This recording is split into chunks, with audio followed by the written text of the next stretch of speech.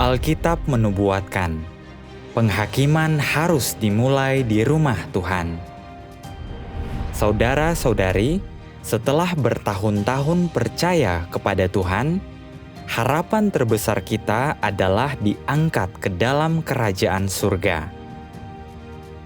Kunci untuk bisa masuk ke kerajaan surga adalah menyambut kedatangan Tuhan kembali. Terakhir kali, kita belajar bahwa pada akhir zaman, Tuhan akan menjadi daging untuk kedua kalinya dan kembali sebagai anak manusia. Sebagian orang mungkin bertanya, ketika Tuhan datang, Dia bisa langsung mengangkat kita ke kerajaan surga. Mengapa Dia perlu datang dalam daging lagi? Sebenarnya, ketika Tuhan datang, Dia akan melakukan satu tahap pekerjaan lagi, pekerjaan penghakiman. Dan ini berhubungan langsung dengan bisa tidaknya kita masuk ke kerajaan surga. Mari kita baca dulu beberapa ayat dari Alkitab untuk memahaminya. Karena waktunya akan datang, penghakiman harus dimulai di rumah Tuhan. Karena Bapa tidak menghakimi siapapun, tetapi telah menyerahkan seluruh penghakiman itu kepada Anak. Dan Dia juga sudah memberikan kepadanya otoritas untuk mengadakan penghakiman, karena Dia adalah Anak manusia.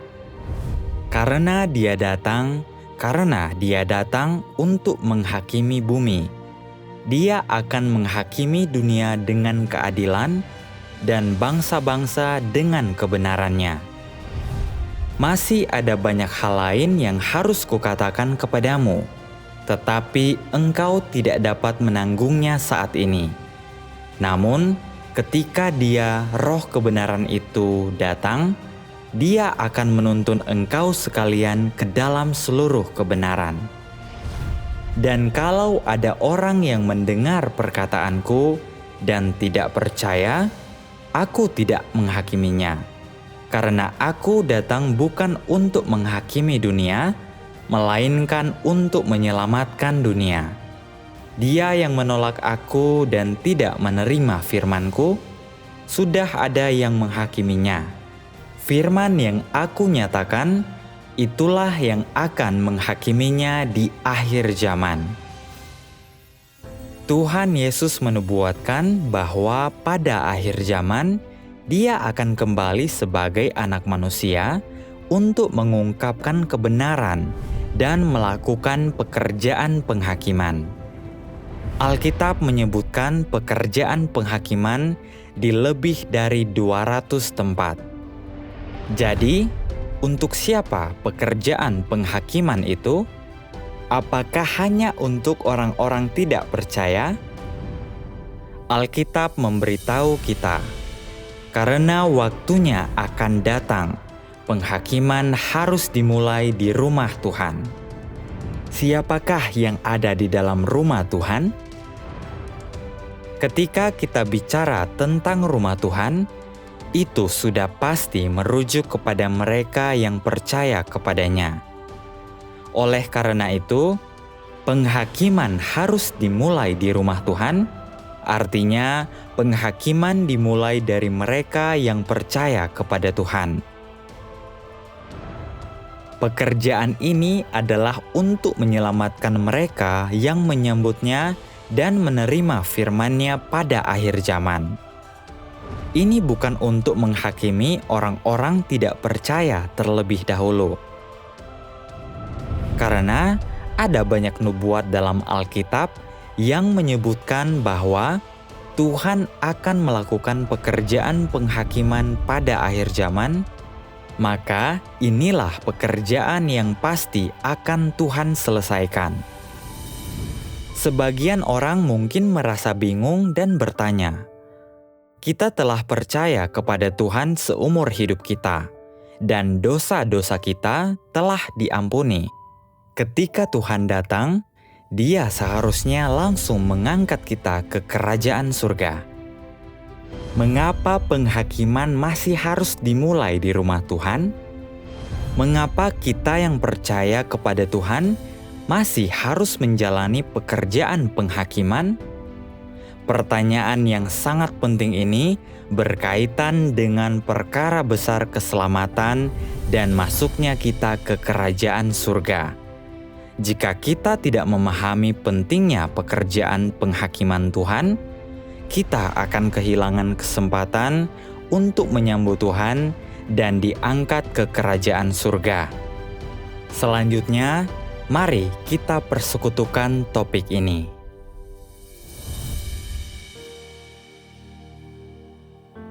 Kenapa kita tidak bisa langsung masuk kerajaan surga setelah percaya Tuhan dan dosa kita diampuni? Mengapa Tuhan masih harus melakukan pekerjaan penghakiman pada akhir zaman? Syarat-syarat untuk masuk kerajaan surga. Jika kita ingin tahu mengapa Tuhan melakukan pekerjaan penghakiman, kita harus terlebih dahulu memahami orang seperti apa yang bisa masuk ke kerajaan surga. Sebagian orang percaya bahwa kita bisa masuk ke kerajaan surga setelah percaya kepada Tuhan dan dosa-dosa kita diampuni. Selama kita membaca Alkitab, berdoa, dan melakukan perbuatan baik, Tuhan pasti akan membawa kita ke kerajaan surga ketika Dia datang. Apakah pandangan ini benar? Untuk masuk ke kerajaan surga, kita harus lebih dahulu tahu syarat-syaratnya. Syarat untuk masuk ke kerajaan surga itu bukan ditentukan oleh manusia. Tuhanlah yang berkuasa atas gerbang kerajaannya. Hanya Tuhan yang punya keputusan akhir. Hanya firman Tuhanlah kebenaran, jalan, dan hidup. Mengenai orang seperti apa yang bisa masuk ke kerajaan surga, mari kita lihat apa yang dikatakan Alkitab. Tuhan Yesus berfirman, "Bukan setiap orang yang memanggilku Tuhan, Tuhan, yang akan masuk ke dalam kerajaan surga, melainkan dia yang mengikuti kehendak Bapa-Ku yang di surga. Banyak orang akan berkata kepadaku di hari itu kelak, 'Tuhan, Tuhan, bukankah kami telah bernubuat demi nama-Mu, telah mengusir setan-setan demi nama-Mu, dan melakukan banyak pekerjaan ajaib demi nama-Mu?' Saat itu aku akan menyatakan kepada mereka, 'Aku tidak pernah mengenal-Mu. Pergilah daripadaku, engkau yang melakukan kejahatan.' Karena itu jadilah kudus, sebab aku ini kudus. Tanpa kekudusan tidak ada manusia yang bisa melihat Tuhan." Menurut firman Tuhan Yesus, hanya mereka yang menjadi kudus dan mengikuti kehendak Bapa Surgawi yang bisa masuk ke kerajaan surga. Jadi, apa artinya mengikuti kehendak Bapa Surgawi? Artinya, orang tidak lagi berbuat dosa, tidak lagi memberontak atau menentang Tuhan, dan mampu sepenuhnya menaati serta menerapkan firman Tuhan.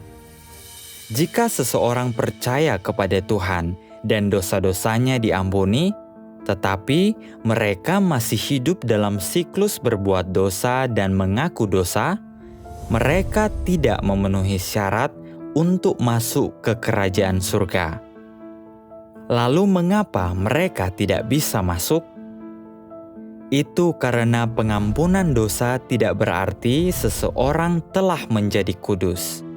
Juga tidak berarti mereka bisa tunduk kepada Tuhan atau mengikuti kehendak Tuhan.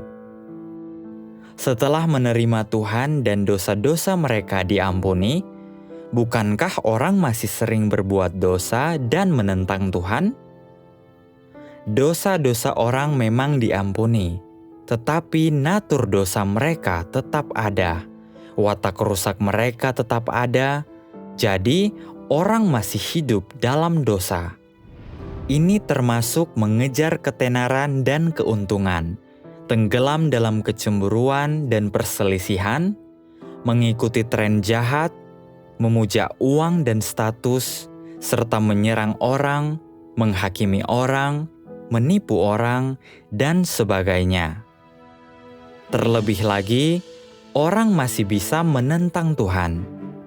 Penentangan ini terwujud dalam berbagai cara. Mengeluh tentang Tuhan, meragukannya, menghakiminya, mengutuknya, dan bahkan menghujatnya. Semuanya adalah pengungkapan yang jelas dari sikap menentang Tuhan. Contohnya, ketika pekerjaan Tuhan tidak sejalan dengan gagasan manusia, mereka masih bisa salah paham dan mengeluh tentang Tuhan. Hal ini terutama terlihat jelas dalam sikap mereka terhadap Tuhan yang penuh dengan tipu muslihat. Ketika semua baik-baik saja, mereka secara lisan berterima kasih dan memuji Tuhan. Tetapi begitu bencana alam atau hal-hal buruk terjadi, dan mereka melihat harapan mereka untuk mendapatkan berkat menjadi hancur, mereka mulai mengeluh. Ini menunjukkan bahwa orang masih bisa mengkhianati dan menentang Tuhan. Meskipun dosa-dosa umat manusia diampuni, mereka tetap kotor dan rusak. Dari segi esensi mereka yang rusak, mereka masih memusuhi Tuhan.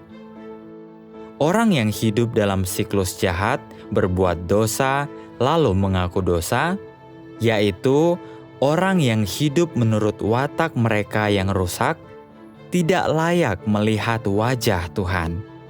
Mereka juga tidak layak untuk berharap Tuhan datang dan langsung mengangkat mereka ke kerajaan surga. Alkitab berkata, "Karena itu jadilah kudus, sebab aku ini kudus." Tanpa kekudusan, tidak ada manusia yang bisa melihat Tuhan. Bagi mereka yang hidup dalam dosa dan mendambakan kesenangannya, serta berharap diangkat ke kerajaan surga, sesungguhnya itu adalah keinginan yang berlebihan. Tuhan Yesus memberitahu kita, "Bukan setiap orang yang memanggilku Tuhan, Tuhan, yang akan masuk ke dalam kerajaan surga, melainkan dia yang mengikuti kehendak Bapa-Ku yang di surga." Firman ini mengandung dua makna. Pertama, tidak semua orang percaya akan masuk ke kerajaan surga. Hanya segelintir yang bisa masuk dan sebagian besar tidak bisa. Kedua, mereka yang terus-menerus berbuat dosa, sekalipun mereka mengaku dosa, berdoa, dan bertobat setiap hari, tidak dapat mengikuti kehendak Bapa Surgawi, karena mereka belum disucikan dan watak rusak mereka tetap ada. Orang-orang seperti itu tidak memenuhi syarat untuk masuk ke kerajaan Tuhan. Dengan berharap Tuhan datang dan langsung diangkat ke kerajaan surga, itu adalah angan-angan kosong dan keinginan muluk manusia. Tuhan Yesus tidak pernah menjanjikan hal seperti itu. Oleh karena itu, sudah jelas dan tak perlu diragukan lagi bahwa mereka yang hidup dalam dosa tidak memenuhi syarat untuk masuk ke kerajaan Tuhan. Hal ini ditentukan oleh watak Tuhan yang benar dan kudus, seperti yang Tuhan Yesus katakan, "Sesungguhnya aku berkata kepadamu, siapa saja yang melakukan dosa adalah hamba dosa, dan hamba tidak tinggal di rumah selamanya, tetapi anak tetap tinggal selama-lamanya." Saudara-saudari, mari kita sekarang pertimbangkan pertanyaan ini. Setelah percaya kepada Tuhan selama bertahun-tahun, dan dosa-dosa kita diampuni, apakah itu berarti kita memenuhi syarat untuk langsung diangkat ke kerajaan Tuhan? A. Tidak, karena kita masih sering berbuat dosa dan belum mencapai kekudusan. B. Ya, karena kita percaya kepada Tuhan dan dosa-dosa kita diampuni, kita bisa langsung masuk ke kerajaan surga.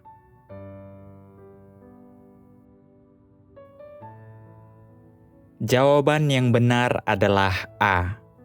Tidak, karena kita masih sering berbuat dosa dan belum mencapai kekudusan. Apakah jawabanmu benar?